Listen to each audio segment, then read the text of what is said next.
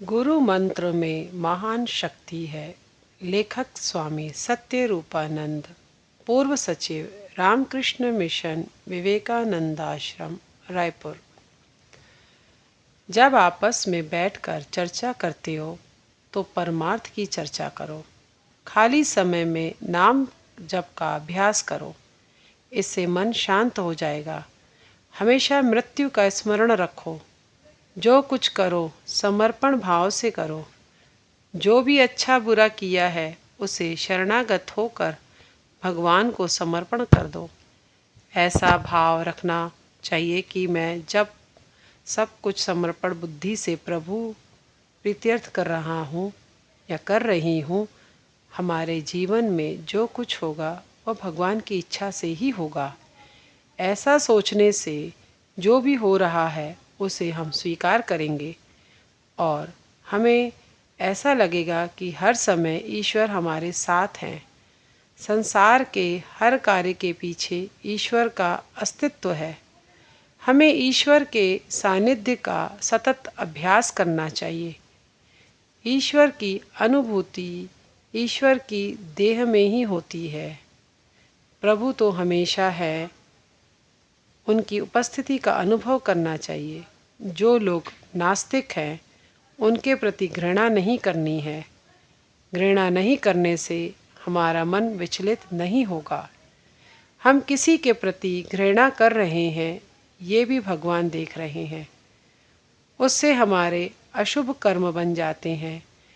हमें राग और द्वेष से बचकर निरंतर साधना में रहना है। हमें दोष दर्शन से बचना चाहिए।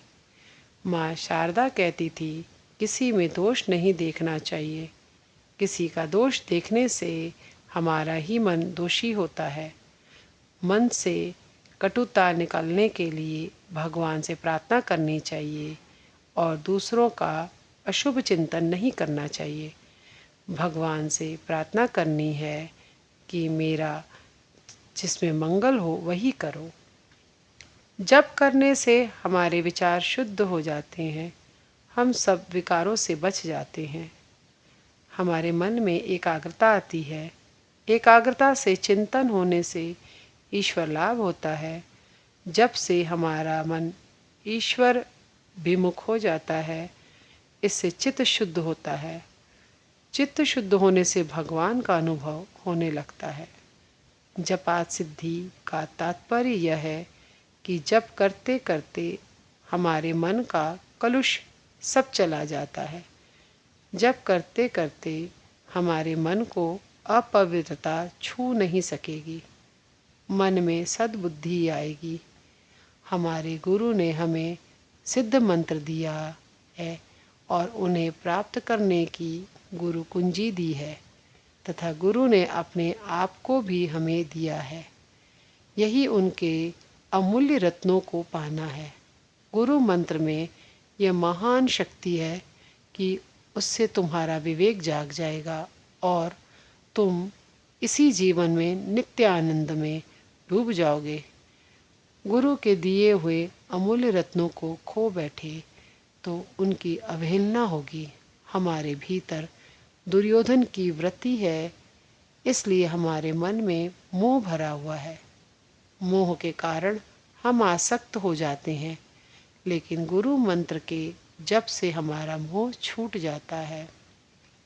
विवेक उदय हो जाता है और भगवान में मन लगने लगता है। इसलिए सतत जप करते रहना है। यदि उसमें बाधा आती है तो समझना ये अपने कर्मों का फल है।